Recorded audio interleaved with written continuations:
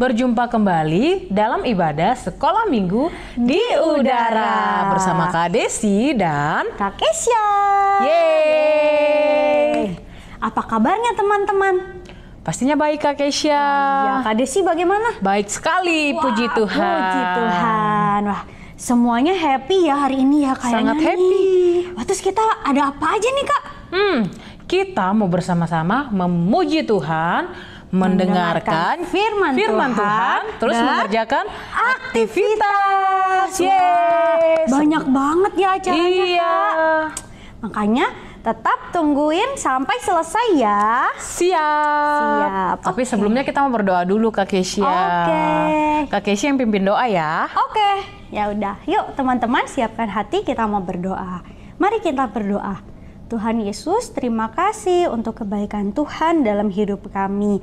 Tuhan, pada hari ini kami siap memuji Tuhan, kami siap mendengarkan firman Tuhan, berkati ibadah kami dari awal sampai kepada akhirnya. Dalam nama Tuhan Yesus kami sudah berdoa dan bersyukur. Haleluya. Amin. Amin. Sekarang kita mau Memuji Tuhan. Yeay. yang semangat teman-teman. Oke. Yeay. Shalom teman-teman, kita semangat memuji Tuhan ya. Kita nyanyi lagu ini sama-sama. Ku istimewa. Dunia boleh katakan ku tak berarti. Dunia boleh katakan ku bukan siapa-siapa. Tapi ku hanya dengar apa kata Yesus. Dia katakan ku istimewa, ku istimewa. Karena aku miliknya, ku istimewa. Berharga di matanya, ku istimewa. Yesus mengasihiku, Dia lahir dalam hatiku dan jadikanku istimewa. Puji Tuhan. Teman-teman, kita mau bersama-sama memuji Tuhan.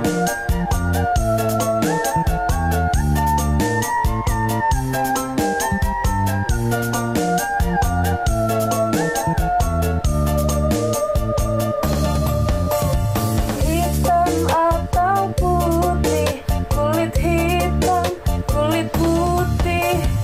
Hitam atau putih, rambut lurus, rambut keriting, semuanya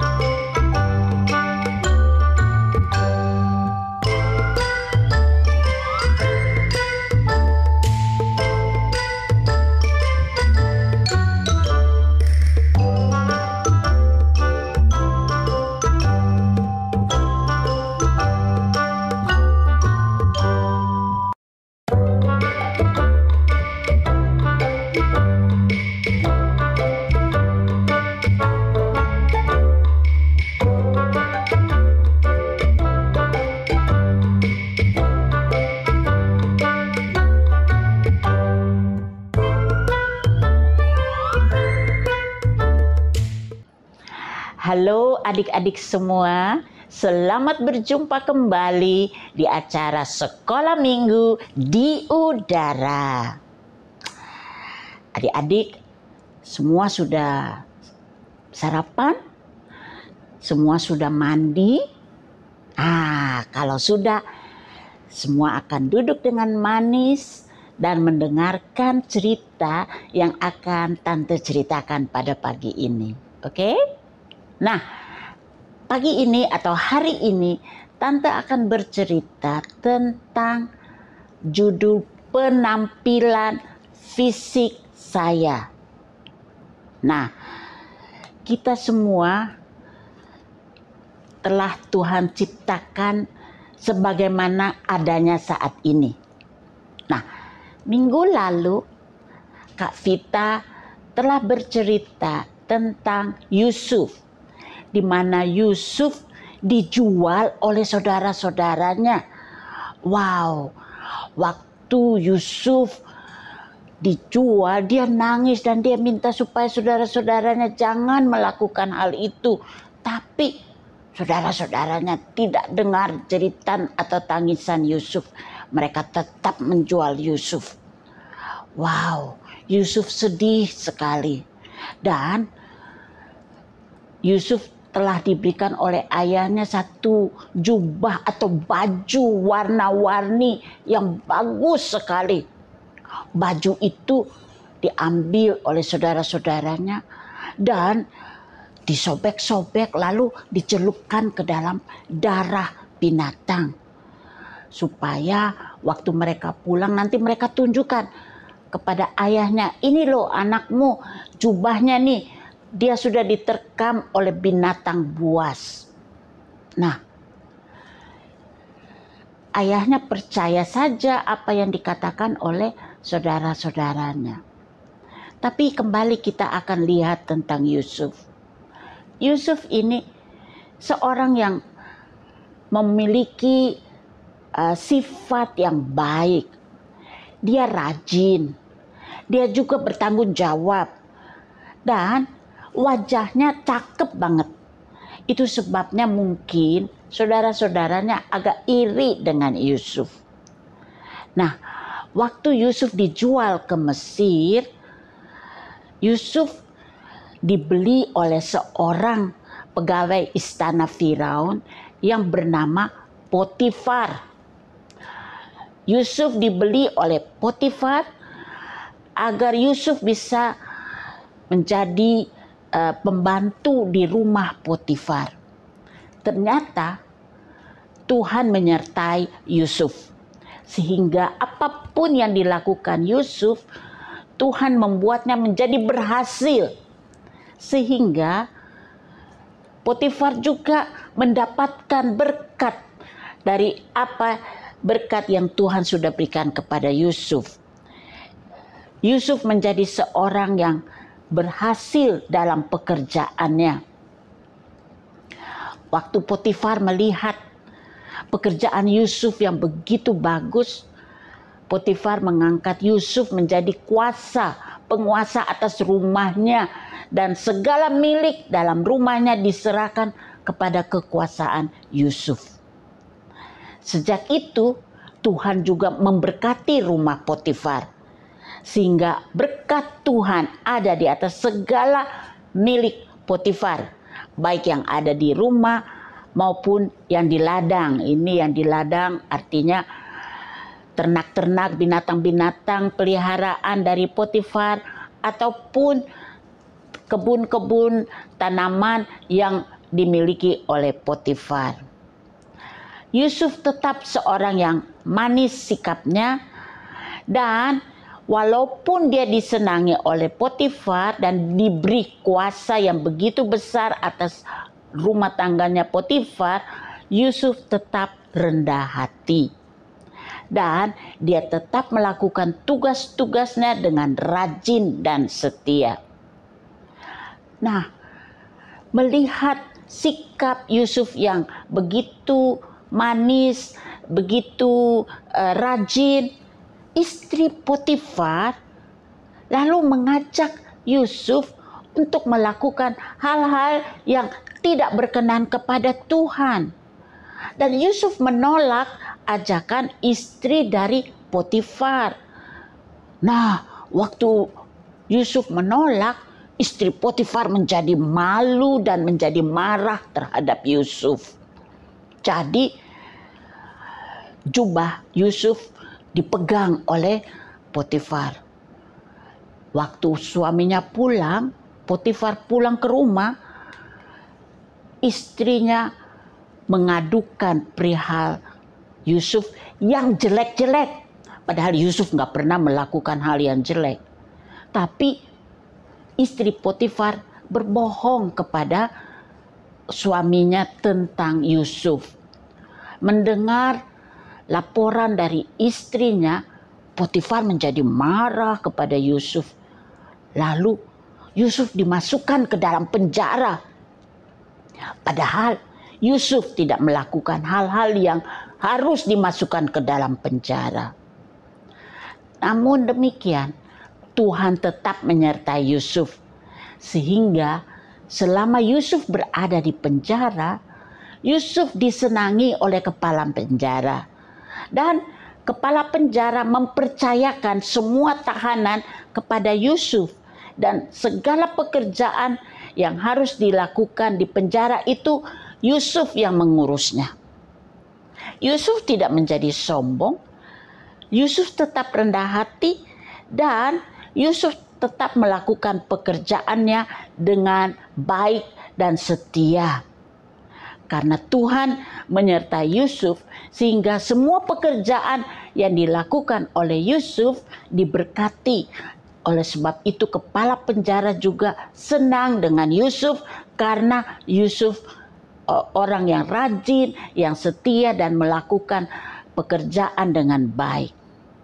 Nah, dari cerita Yusuf ini kita melihat bahwa penampilan fisik yang cakep atau yang cantik tidak selamanya membuat orang merasa nyaman. Apalagi kalau dia adalah seorang yang disenangi oleh orang banyak karena dia cakep atau karena dia cantik. Jadi penampilan fisik kita juga berpengaruh dalam bagaimana kita bergaul dengan teman-teman yang ada di sekitar kita. Tuhan menciptakan kita dengan penampilan, baik itu penampilan yang cakep atau ganteng, atau penampilan yang cantik. Tapi Tuhan juga menciptakan kita dengan penampilan yang mungkin menurut kita kurang cakep, kurang cantik, ataupun cacat. Mungkin ada bayi yang lahir dengan mata yang buta, atau ada bayi yang lahir tanpa kaki sebelah sehingga dia harus berjalan dengan tongkat. Nah, itu semua ciptaan Tuhan dan kita tidak bisa menyalahkan siapa-siapa. Yang harus kita lakukan yaitu kita patut mensyukuri semua itu. Karena Tuhan mengasihi semua orang. Baik dia orang yang cakep, baik dia orang yang cantik, baik dia mempunyai perawakan tubuh yang tinggi atau pendek, baik dia memiliki mata yang sipit atau mata yang belok, baik dia memiliki hidung yang mancung atau pesek, atau telinga yang besar atau normal, kulit yang hitam atau putih, rambut yang keriting atau lurus, gigi yang rata atau tidak rata, semuanya Tuhan cinta. Tuhan tidak pernah pilih kasih. Kalau ada anak atau anggota keluarga yang cacat dalam keluarga kita, atau dalam perkumpulan di mana adik-adik biasa berkumpul dengan teman-teman, janganlah orang yang cacat itu diejek. Karena Tuhan Yesus yang menciptakan mereka dan Tuhan Yesus mengasihi mereka. Kita harus bisa menerima penampilan fisik kita dan juga orang-orang yang ada di sekitar kita sebagai ungkapan kasih kita atas ciptaan Tuhan yang mulia. Kalau penampilan wajah kita cakep atau cantik, kita perlu mensyukurinya dan memuliakan Tuhan melalui penampilan kita. Kalau Tuhan menciptakan kita dengan wajah yang biasa-biasa saja, tidak terlalu cantik, ataupun ada yang cacat, kita perlu mensyukuri juga. Bersyukur kepada Tuhan karena Tuhan melakukan apa yang terbaik menurut Tuhan untuk kita. Oleh sebab itu, kalau kita bersyukur, kita tidak akan bersungut-sungut. Kita tidak akan menjelek-jelekan orang. Dan juga kita tidak akan menyalahkan Tuhan. Jadi, tugas kita harus menerima penampilan fisik kita dengan bersyukur kepada Tuhan. Dan juga kita harus menghargai, menghormati sesama kita walaupun penampilan fisik mereka cacat. Apapun penampilan fisik kita harus dibarengi dengan rasa takut dan cinta kepada Tuhan. Karena itu yang Tuhan kehendaki. Nah, ayat hafalan yang akan kita hafal pada hari ini terdapat di Mazmur 119 ayat 73. Ayat hafalan kita ini mengatakan, tanganmu, tangan siapa? Tangan Tuhan yang telah menjadikan aku dan membentuk aku. Pendek ya ayat hafalannya? Oke, kita ulangi lagi sekali. Mazmur 119 ayat 73. Tanganmu telah menjadikan aku dan membentuk aku. Nah, Tante yakin adik-adik semua sudah bisa menghafal ayat hafalan ini. Nah, karena kita sudah berada di minggu terakhir bulan Februari, jadi pasti ada yang berulang tahun di bulan Februari. Ada nggak di antara adik-adik yang nonton hari ini yang berulang tahun di bulan Februari? Pasti ada. Dan di Champion Kids ada juga yang berulang tahun di bulan Februari, yaitu Kaylen. Halo Kaylen, happy birthday to Kaylen. Wish you all the best. Oke, Tante akan berdoa untuk kita semua dan untuk yang berulang tahun termasuk Kaylen. Semua lipat tangan dan tutup mata. Kita berdoa. Tuhan Yesus, kami senang sebab kami sudah diciptakan oleh Tuhan sebagaimana adanya kami saat ini. Kami bersyukur untuk penampilan dari wajah dan dari tubuh kami yang sudah Tuhan ciptakan. Dan kami bersyukur ya Tuhan, kami tidak mau bersungut-sungut, kami tidak mau menyalahkan siapa-siapa, tapi kami mau bersyukur karena kami tahu apa yang Tuhan buat itu baik adanya. Dan kami mau menerima keadaan penampilan fisik kami.